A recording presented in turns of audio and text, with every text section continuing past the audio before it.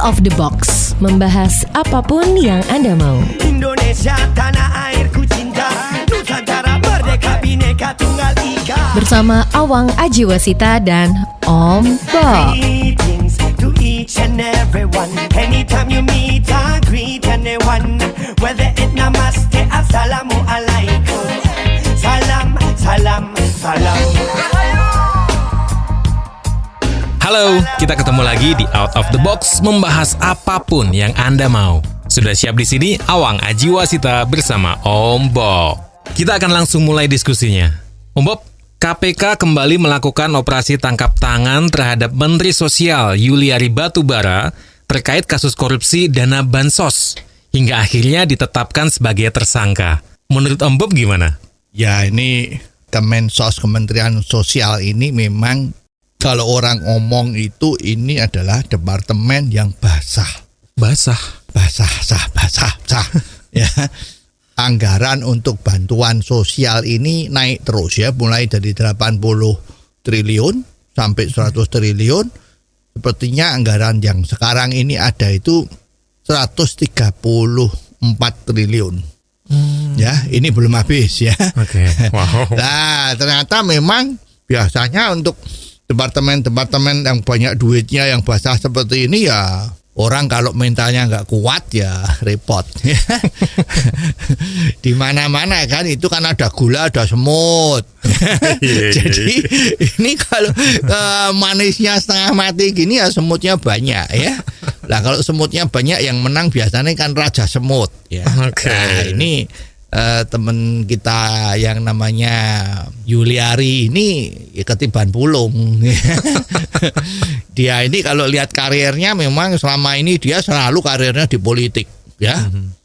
Politik menjadi anggota DPR itu 2 periode. Oke. Ya, 2 periode itu artinya 10 tahun ya. Wow. Udah kenyang kan? Maksudnya kenyang pengalaman untuk politik ya. Ya pasti juga punya pengalaman melobi ya. Nah, melobi dan akhirnya dia menjadi menteri ya, di kabinet kedua ini menteri di Kemensosnya ya. Nah, Kemensos itu kan tugasnya kan bagi-bagi bantuan ya. Enak ya. Satu orang yang bekerjanya itu tugasnya cuma bagi, itu enak sekali. Tapi kalau kita bekerja disuruh cari dana, mencari keuntungan untuk perusahaan atau pemerintah, itu jauh lebih sulit daripada buang. Betul. Ya, lah ini saking mudahnya jadi ya korupsi. Nah ini ceritanya korupsi itu kan waduh ini sangat luar biasa ya, sangat canggih ya. Jadi ceritanya kan ini kan sedang pandemi ya. Pandemi itu kan pasti ya pemerintah tuh berusaha sedemikian rupa agar penderitaan dari rakyat itu sedikit bisa dibantu. Nah, oleh sebab itu pemerintah mengeluarkan anggaran yang namanya bantuan sosial tadi itu. Kebetulan sekali putusannya pemerintah itu membagi dana sosial ini dalam bentuk natura. Ada berasnya, ada minyak gorengnya, ya, mungkin ada mie instannya, mie sedap misalnya seperti itu, ya. Nah, ini pada saat terjadi penunjukan. Apakah ini hasilnya dari lelang kita juga nggak begitu jelas ya. Tapi ini kan waktunya mendesak ya. Nah ini kalau ada aturan itu, kalau aturannya harus lelang tetapi dalam keadaan mendesak, itu lelang itu sudah tidak diperlukan juga boleh ya. Kalau keadaan mendesak. Lah sekarang ini kalau bantuan sosial ini kan juga termasuk yang mendesak ya kan. Kalau lelangnya memakan waktu 2-3 minggu, yang dibantu sudah kelaparan bisa mati gimana? Ya, jadi kalau tidak dilelang ini masih bisa diterima lah ya. Nah sekarang orang untuk mengeluarkan dana bantuan sekarang seperti ini kan pemerintah juga sudah dilindungi oleh undang-undang kemarin yang disahkan sama DPR bahwa untuk penanganan pandemi ini lebih leluasa pemerintah di dalam menggunakan anggarannya. Ya, itu putusan yang bagus ya. Ya, sekarang yang memancing dalam air keruh ya, atau mencari kesempatan di dalam kesempitan. Lah Menteri Sosial kita ini yang kemarin sudah mengundurkan diri bahwa ini ternyata suppliernya untuk dana bantuan sosial yang dalam bentuk natura tadi itu ya dikenakan biaya. Ya biaya ya mungkin itu namanya biaya fee atau biaya komisi, aku nggak ngerti jelas ya. Yang terang itu bahwa setiap suppliernya itu dikenakan pungutan tiap paketnya itu Rp10.000. Ya kalau cuma lihat satu paket 10.000 ya mungkin ya kecil ya. Cincai ya. Orang Jakarta bilang cincai ya. 10.000 ya. Sekarang parkir di jalan tuh kan juga 10.000. Tapi jumlahnya berapa juta paket. Ya jadi kemarin waktu tangkap itu ternyata ada 17 miliar yang sudah di tangannya. Wow. Jadi ini belum selesai. Kalau sudah ketangkep ya mungkin menjadi tidak nambah lagi ya. Tetapi bagaimana? Ini kan masalah bantuan di sini tuh bukan masalah dipotong 10.000 atau tidaknya. Tetapi ini kan bantuan untuk rakyat. Kalau pemimpinnya itu mengambil potongan duit 10.000, jangan-jangan itu menjadi panutan anak buahnya. Sehingga yang pada saat membagi mungkin mie instannya dikurangin 1. Ya. Terus mungkin juga kualitas berasnya itu yang mungkin kita taunya kalau beras bagus itu kan ojo lele ya. Nah, jangan-jangan ini kualitasnya dikasih yang lain. Ya. Nah, ini kan juga menurunkan kualitas yang diberikan ya. Jadi ini terus terang sangat merugikan rakyat yang akan menerima bantuan itu. Dan ini kalau dibiarkan terus ya susah. Memang betul nanti Indonesia dikatakan bahwa penuh dengan tikus-tikus koruptor. Nah, itu repot. Ya. Jadi ini memang ya kehendak Tuhan ya bahwa ini ketangkep dengan cepat-cepat ya. Ini Menteri Sosial kita kan menjabatnya juga belum lama kan? Iya. Baru berapa bulan ini kabinet ini berjalan ya. Oke, dan jangan kemana-mana, kita akan break dulu. Tapi kalau Anda mau kirim komentar tentang apapun juga, silakan Anda bisa kirim melalui WhatsApp di 0878 5590 7788. Out of the box, membahas apapun yang Anda mau. Anda masih mendengarkan Out of the Box, membahas apapun yang Anda mau. Awang Ajiwasita bersama Om Bob. Kita lanjutin lagi diskusinya. Dulu waktu zaman Presiden Gus Dur, Om Bob, bukankah Departemen Sosial ini sempat dibubarkan? Itu ceritanya gimana, Om Bob? Ya waktu Presiden Gus Dur diangkat jadi presiden melalui sidang MPR itu, di dalam menyusun kabinetnya termasuk kementerian-kementerian itu memang membuat satu kejutan yang luar biasa. Saat itu ada 2 departemen yang dibubarkan. Yang satu adalah Departemen Penerangan. Ya, waktu itu kan dipimpin oleh yang sangat dekat dengan Presiden Soeharto yaitu Harmoko. Yang pada saat itu kalau orang menyindir Harmoko itu yang menjadi Menteri Penerangan kan pakai istilah hari-hari omong kosong. Dan sangat terkesima juga bahwa setiap kali beliau itu memberikan keterangan pers pasti dibuka dengan kata-kata paten. Yaitu apa? Menurut petunjuk Bapak Presiden. Wah, selalu ya, agar dia ngomong selalu menurut petunjuk Bapak Presiden, itu nggak pernah lepas. Jadi dalam satu konferensi pers kalau katakanlah 30 menit itu ya kira-kira 10 kali dia ngomong. Misalnya begini, selanjutnya menurut petunjuk Bapak Presiden. Wah, itu ya. Ini makanya dijulukin ini apa ini? Hari-hari omong kosong waktu itu ya. Ini waktu zaman dulu itu juga Departemen Penerangan itu kan mengurusi izin-izin penerbitan pers ya. Terus apapun ya, televisi, radio itu semua harus pakai izin Departemen Penerangan. Ya.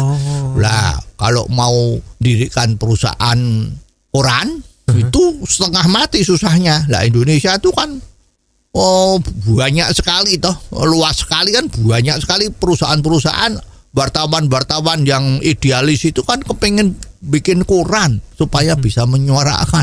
Itu izinnya dipersulit sekali, setengah mati. Jadi Departemen Penerangan zaman kuno itu menjadi seperti itulah ya. Jadi terjadilah jual beli izin koran, ya. Koran yang mau maju kelihatan ada koran daerah yang kempas-kempis dibeli. Nah, harga penawaran itu menjadi tinggi karena izin itu tidak ada. Jadi serem sekali waktu itu. Dan juga kalau ada koran-koran yang suaranya itu tidak memihak penguasa Orde Baru waktu itu, ya jangan ditanya ya. Tidak ada ampun, bisa dibredel. Ya banyak itu harian-harian yang dibredel ya. Banyak sekali ya. Bahkan yang sekarang paling besar di Indonesia ini pun dulu pernah dibredel ya. Tetapi ya karena lobbynya bagus dan memang ya koran itu kan harus tetap ada di negara kan. Ya, jadi dibuka lagi, disilahkan untuk terbit lagi. Tetapi kalau sudah dijewer seperti itu ya suaranya menjadi tidak selantang ya. Kalau sekarang ini kan demokrasi udah bebas sekali. Itu media cetak, apalagi sekarang media sosial, mau ngomong apa saja kan tidak ada yang larang. Dan sekarang kalau you mau mengeluarkan koran, mau mencetak koran, menerbitkan majalah, itu sekarang tidak usah pakai izin dari Departemen Penerangan. Jadi Kominfo itu sudah tidak ngurusin. Ini kan sejarah dari Departemen Penerangan yang dibubarkan oleh Gus Dur. Ya, jadi orang-orang koran, media-media itu harus tidak boleh lupa dan terima kasih sekali dengan putusan dari Gus Dur ini ya. Nah, sekarang ini juga yang dibubarkan waktu itu Departemen Sosial. Ya. Departemen Sosial itu alasannya waktu Gus Dur membubarkan itu adalah bahwa Departemen Sosial itu kan ngurusi sosial. Ya, mestinya kalau ngurusi sosial itu ya diserahkan kepada swasta saja. Ya, swasta itu kan banyak sekali itu ya, yayasan-yayasan dari Muslim ya, banyak sekali itu. Juga yayasan-yayasan dari agama-agama yang lain juga nggak kalah banyak ya. Misalnya ada yayasan dari Katolik ya. Biasanya kalau Katolik itu pakai yayasan ada bunda-bundanya begitu ya.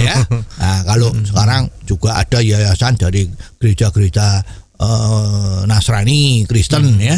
Juga ada yang dari Buddha ya.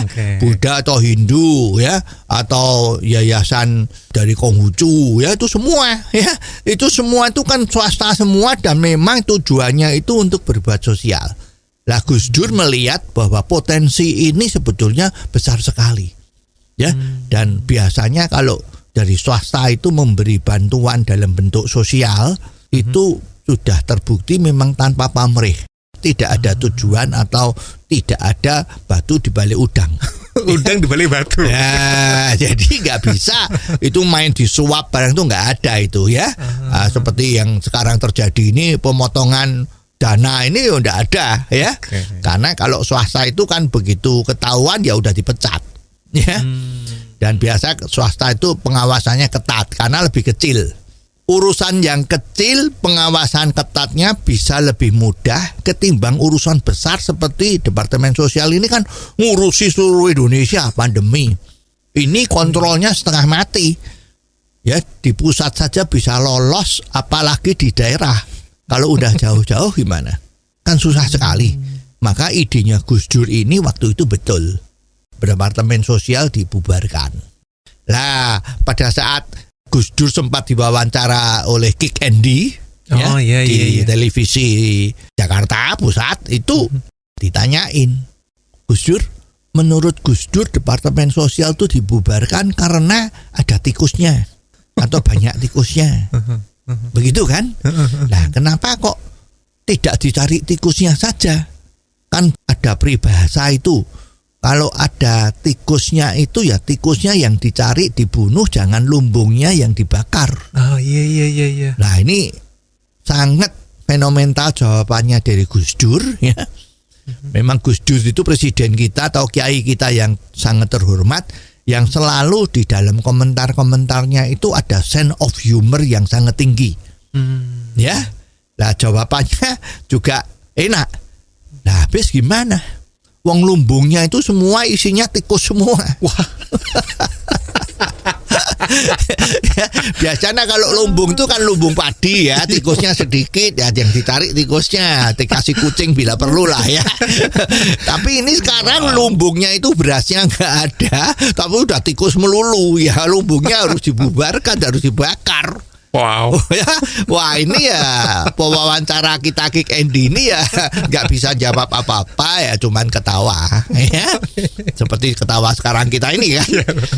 Nah ini betul ya, jadi sebetulnya pemikiran Gus Dur ini udah 20 tahun sampai sekarang ini mestinya itu masih relevan. Om Bob, kita break dulu sebentar sambil terus Awang ingetin kalau ada yang mau kirim komentar tentang apapun juga, silakan bisa dikirim melalui WhatsApp di 0878 5590 7788. Out of the Box, membahas apapun yang Anda mau. Terima kasih Anda masih bersama Awang Ajiwasita dan Om Bob. Tentunya di Out of the Box membahas apapun yang Anda mau. Sebelum kita lanjut, Awang mau mengingatkan kalau Anda punya komentar tentang apapun juga yang bisa kita bahas di sini, langsung aja dikirim via WhatsApp di 0878 5590 7788. Tadi sempat kita bahas tentang Departemen Sosial dan Departemen Penerangan yang waktu itu dibubarkan oleh Presiden Gus Dur. Cerita ya, setelah Presiden Gus Dur itu kena impeachment, di mana ketua pansus dari impeachment ini adalah Bahtiar ya, yang setelah itu Bahtiar ini menjadi Menteri Sosial. Oke. Ya. Tapi apa yang terjadi? Ya, dia menjabat Menteri Sosial tuh 8 tahun ya, cukup paling lama dia Menteri Sosial ya. Nah, ternyata dia kena kasus korupsi. Oh. Ya, Departemen Sosial juga. Wow. Ya. Lah, kena kasus korupsi. Lumayan, kalau nggak salah itu waktu itu nilainya kira-kira 43 miliar. Wow. Yaitu korupsi bantuan sapi ya, dan juga bantuan mesin jahit. Nah, itu juga dikorupsi. Ya. Waduh. Ya, ini yang jadi repot ya. Nah, dijatuhi hukuman. Hukumannya kalau sekarang ditanyakan sama orang-orang juga rasanya mengusik keadilan hati nurani rakyat. Ya, hukumannya itu cuman 1 tahun 8 bulan. Oh. Dendanya cuman 50 juta rupiah. Ya, yang dikorupsi 43 miliar. Ya. Nah, ini gimana? Nah, ini kan, wah kalau dipikir-pikir kan, waduh ini gimana ini ya? Katanya kalau mau memberantas korupsi itu kan semuanya harus terintegrasi ya. Mulai cara nangkepnya, mulai investigasinya, mulai mencari jaringan-jaringan yang menyebabkan korupsi ini, mencari siapa saja yang terlibat. Setelah itu tingkat hukumannya kan juga harus sama, jangan mencarinya susah, kalau sudah dapat sidangnya lama, hukumannya kecil. Nah, sekarang ini ya yang menteri tadi itu yang sudah diputus salah dan masuk penjara ya sudah bebas ya. Nah, ini terjadi karena mungkin karena hukumannya ringan ya terjadi lagi korupsi di Departemen Sosial. Emang setelah itu ada lagi ya, Bob? Menurut catatan itu kan setelah ini ternyata Departemen Sosial itu kan ada 3 menteri yang kena tangkap karena korupsi. Ya, setelah Bahtiar tadi itu, yang kedua itu kan Idrus Marham ya. Kalau sering keluar di TV ya, dia salah satu pimpinan dari Golkar lah ya. Kalau yang tadi dari P3 ya. Nah, itu juga ditangkap walaupun urusannya beda dengan Departemen Sosial, tetapi urusannya dia adalah masalah ada sesuatu yang ada di Aceh sana kalau nggak salah ya. Jadi dia terlibat, tetapi dia ketangkep pada saat dia berposisi sebagai Menteri Sosial. Otomatis karena ketangkep ya dicopot. Okay. Ya. Wow. Nah, ini sekarang kalau diomongin ya juga aneh, lucu ya. Jadi Departemen Sosial itu dulu yang bubarkan Gus Dur, Setelah presidennya itu Ibu Megawati, Departemen Sosial yang sudah dibubarkan itu dibentuk lagi. Ya, dan ini anehnya ini juga kebetulan ya, menterinya yang sekarang ditangkap karena korupsi tadi itu kebetulan juga dari partai PDIP. Ya, jadi orang juga bertanya-tanya kenapa kok dihidupkan lagi ya, gitu ya. Tapi ini nggak nuduh ya, ini cuman ada orang yang ngomong kenapa dihidupkan lagi ya, kok agak beda value-nya dengan presiden yang sebelumnya misalnya begitu ya. Menghidupkannya lagi aja langsung ya. Jadi begitu Gus Dur turun langsung itu ganti presiden, langsung ganti pejabat dan kementerian, langsung tuh dihidupkan lagi. Nah ini kan jadi repot. Waktu itu Ketua KPK juga sempat bilang loh, kalau sampai ada yang korupsi bansos, hukumannya mati. Kira-kira bisa beneran kejadian nggak ya? Ya ini hukuman mati untuk koruptor ini kemarin kan memang sudah menjadi satu acuan ya, semacam undang-undang gitulah ya, itu bahwa terpidana karena korupsi itu bisa dihukum mati. Itu sudah secara jelas dikatakan ya. Nah sekarang ini bantuan ini kan untuk orang-orang masyarakat yang lagi kesusahan. Kok ya tega-teganya loh dikorupsi, disunat ya, untuk kepentingannya sendiri. Nah, ini kan mestinya memang ini mentalnya udah nggak bener nih ya. Mentalnya nggak bener. Memang kemarin banyak sekali tuntutan-tuntutan dari masyarakat menyuarakan bahwa ini harus dihukum mati. Paling sedikit KPK harus punya nyali menuntut hukum mati. Ya, putusannya kan bukan di KPK. Ya, putusannya kan ada di hakim. Nanti kalau sudah disidangkan oleh pengadilan, putusannya kan di tangan hakim. Ya, tetapi kalau KPK berani menuntut dengan tuntutan hukuman mati, ya paling sedikit koruptor-koruptor itu kan jadi keder. Pasti mikir ya. Keder ya, derdek gitu ya, gemeteran. Ya, mudah-mudahan ini bisa menjadi rambu-rambu yang lebih keras kepada para koruptor yang belum melakukan korupsi. Jadi calon-calon koruptor itu menjadi takut. Wah, ini kalau betul-betul sudah dituntut hukuman mati, kebetulan hakimnya itu juga mempunyai satu pandangan-pandangan yang beda dengan yang lain, sehingga berani memutuskan mati karena mati betul. Wow. Ya, ini ya jadi memang ya sekarang ini rame lagi diributkan. Ya, kalau dari segi rusak mentalnya Mensos yang ketangkep ini ya memang repot. Ini betul-betul dia memang kerjaannya politikus, sekarang jadi tikus bantuan sosial. Wow. Ya, jadi ya ada baiknya kalau memang dituntut hukuman mati, hakim nanti yang memutuskan apakah dihukum 1 tahun, 2 tahun, 3 tahun, 7 tahun. Tapi ya itu kalau udah dihukum berat katanya 20 tahun, nanti ada pengampunan ya, ada restitusi, itu ya sebetulnya nggak ada artinya lagi itu kalau sudah seperti itu ya. Dan jangan kemana-mana, kita akan kembali sesaat lagi. Out of the Box, membahas apapun yang Anda mau. Masih Anda dengarkan Awang Ajiwasita dan Om Bob. Tentunya di Out of the Box, membahas apapun yang Anda mau.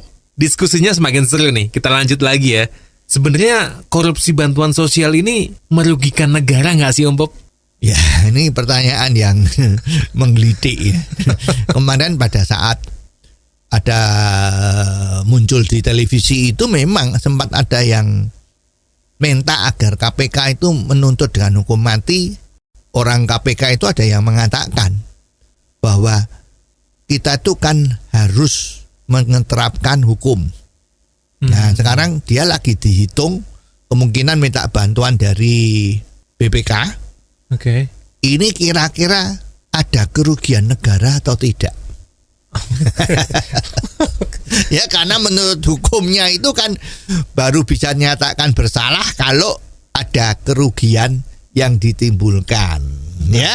Nah, sekarang kalau dihitung dengan BPK kerugiannya berapa? Ya. Nah, ini juga ada yang rame ya debatnya begini. Loh, anggarannya kan 300.000. Cuman ini kan disunat 10.000. 10.000. Kan negara tidak rugi. Kan tetap keluarnya 300.000. Oh iya. Ini kan pemikiran yang sangat sederhana. Nah kok ya kerugian orang korupsi kok dilihat dari segi itu, negara tidak rugi. Nah ini yang dirugikan bukan negara, tapi yang dirugikan penerima bantuan itu. Harusnya 300.000 kok cuman diterima 290. Itu satu ya. Nomor 2 sebetulnya korupsi yang paling berat merusak mental dari masyarakat Indonesia kita ini adalah justru yang seperti ini. Yang kalau ada kerugian enggak negaranya, ya enggak ada kerugian karena jatahnya 300.000 ya negara keluar 300.000. Nah, tapi mentalnya ini yang menyunat korupsi, ini yang merusak masyarakat. Jadi rusaknya karena korupsi, karena mentalnya ini kerugiannya itu lebih besar ketimbang kerugiannya materi. Jadi memang betul sebetulnya kalau orang berani korupsi itu kan banyak macam ini. Ini sekarang ini yang ketahuan dari menteri kita ini kan dia menyunat. Ya kita nggak ngerti lagi yang disunat mana lagi ya. Ini yang ketahuan itu aja gitu. Ya belum nanti kalau ada pembelian barang itu biasanya untuk dipakai inventaris atau macam-macam itu ya. Itu atau bangun gedung itu ya. Itu biasanya juga ada markup. Itu juga salah satu korupsi kan. Ya jadi sebetulnya yang paling penting di sini adalah tindakan korupsi itu yang paling penting yang merusak. Jadi ini yang harus dikenakan hukuman berat. Contohnya misalnya sekarang ada pejabat korupsi. Oke. Ya, korupsinya katakanlah 30 miliar rupiah. Ya. Tapi ketahuan. Terus pada saat diinvestigasi uangnya 30 miliar itu dikembalikan. Oke. Ya, karena pakai konsep tadi itu. Kalau uangnya kembali kan negara tidak rugi. Iya. Tidak dirugikan kan? Betul. Berarti kan dia mestinya tidak dihukum. Oke. Nah, karena sudah dikembalikan kok. Udah dikembalikan. Nah, ini kan jadi repot kalau pengertiannya seperti itu, ya mentalnya rusak semua. Dari kecil sampai besar nanti semua orang dari lapisan masyarakat manapun nanti akan niru. Kalau kita maling ketahuan ya tak kembalikan, kita sudah bebas dari hukuman. Jadi kalau maling harapannya jangan ketahuan, ya tidak dosa. Terus kalau ketangkap, zaman dulu kita dengar istilahnya yang namanya apes. Semua orang tidak ketangkep, saya kok ketangkep, apes. Ya tidak menyesal, apes. Ini kita nggak ngerti nih, ya sekolahnya cukup tinggi, ya pernah sekolah di luar negeri juga, kalau nggak salah S2. Tetapi kok mentalnya seperti ini, yang salah di mana ya? Ini ya dipusing kita. Wait, Om Bob, apakah idenya Gus Dur yang waktu itu bisa dipakai lagi sekarang nggak ya untuk membubarkan Kemensos ini? Iya, mungkin pertanyaan yang lebih tepat adalah apakah membubarkan Kemensos ini bisa menghilangkan korupsi yang terjadi? Nah, ya, ya bisa, tapi di Kemensosnya saja loh ya. Kalau semua departemen nanti dibubarkan semua gimana? Apa negara itu nanti bisa jalan kalau nggak ada kementerian, ya kan? Jadi memang betul ya, kalau ini Kemensos itu mau dibubarkan, kalau memang sudah terbukti ini menjadi sarang penyamun, koruptor ya, itu ya mungkin dibubarkan ya baik loh. Ya jadi Presiden Jokowi ini tidak pusing. Ya, ini Departemen Sosial kok sudah korupsi terus seperti ini, ya kalau ini dibubarkan ya enggak apa-apa wis ya, karena yang ngurusi bantuan-bantuan nanti kan swasta. Ya, nah itu yang lebih, itu ya juga bisa dicoba, tinggal berani enggak sekarang. sekarang presiden kita yang sekarang Jokowi ini mengambil tindakan yang kembali ke titahnya Gus Dur. Oke, dan jangan kemana-mana, kita akan break dulu. Tapi kalau Anda mau kirim komentar tentang apapun juga, Anda bisa kirim melalui WhatsApp di 0878 5590 7788. Out of the box, membahas apapun yang Anda mau. Terima kasih Anda masih terus mendengarkan Out of the Box, membahas apapun yang Anda mau. Awang Ajiwasita bersama Om Bob. Kalau waktu itu Gus Dur pernah membubarkan Departemen Sosial, nah sekarang langkah yang tepat itu seperti apa sih untuk mengantisipasi korupsi bantuan-bantuan sosial kayak gini? Kalau ini tidak berani dibubarkan atau tidak mau dibubarkan, memang paling bagus bantuan-bantuan itu diberikan dalam bentuk fulus. Oh, uang tunai. Iya, uang tunai saja. Ya. Tapi dengan sistem yang lebih baik, bukan uang tunainya itu dikirim kepada pejabat daerah. Oke. Ya bukan kita a priori sama pejabat daerah loh ya. Nanti pada saat terjadinya BLT tadi itu yang seharusnya 600 bisa jadi 500. Ya, karena kontrolnya susah kan. Luasnya wilayahnya, orang-orangnya susah. Kemungkinan mental-mental para supervisi juga belum beres, masih harmonisnya tinggi.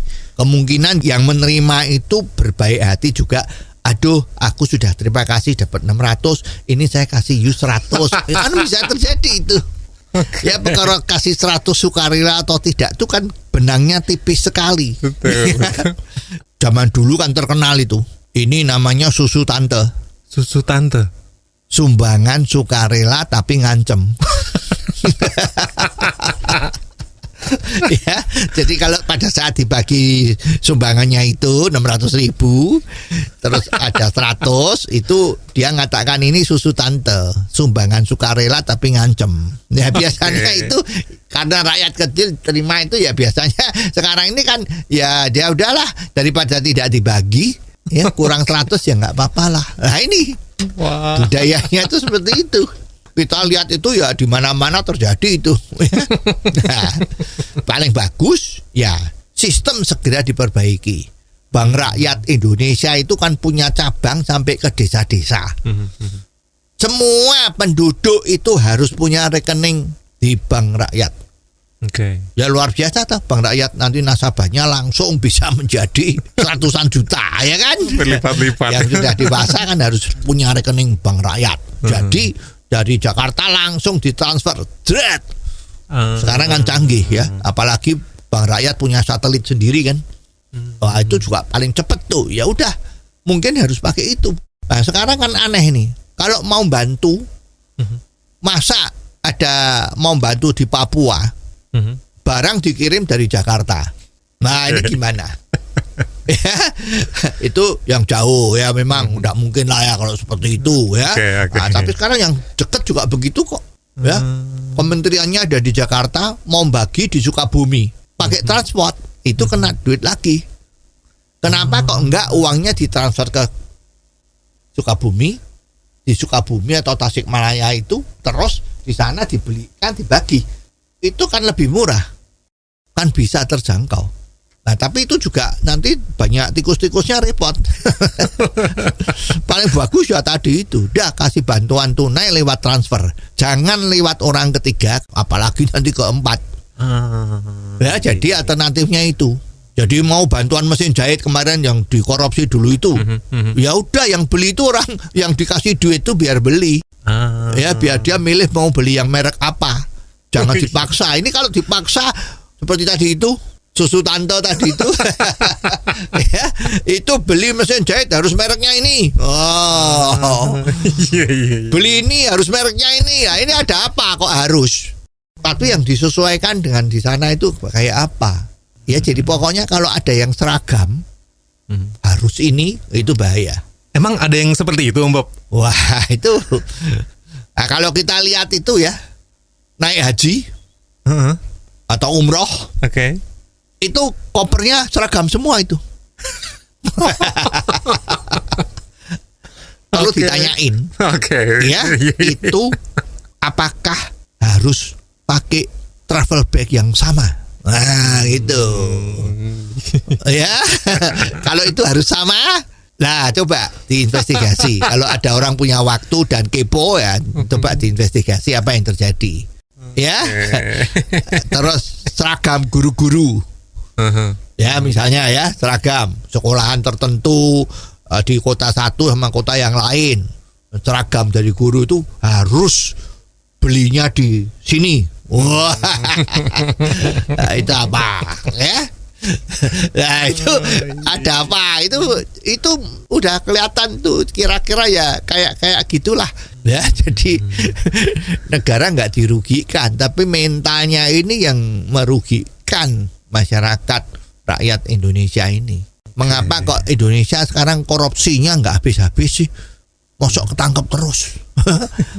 Anggaran yang bocor itu dulu waktu kampanye Pilpres itu kan bocor itu memang terjadi. Kenapa? Ya ini mental. Dari bawah sampai atas itu harus ada contoh-contoh yang baik.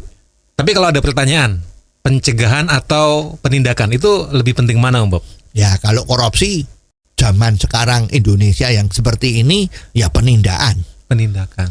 Ya bila perlu sampai atas, dari bawah sampai atas itu coba tiap minggu ada penindakan yang ketangkep. Wah, nanti koruptor itu semua pada ketar-ketir, gemeter lagi. Ya, jadi ya perlu cepat. Koruptor itu kan mencari celah-celah dari petugas. Kalau petugasnya lengah sedikit, wah langsung rayahan. Bahasa Jawa ya, atau bancaan. Wah, rayahan, bancaan, pejabatnya pura-pura nggak kelihatan.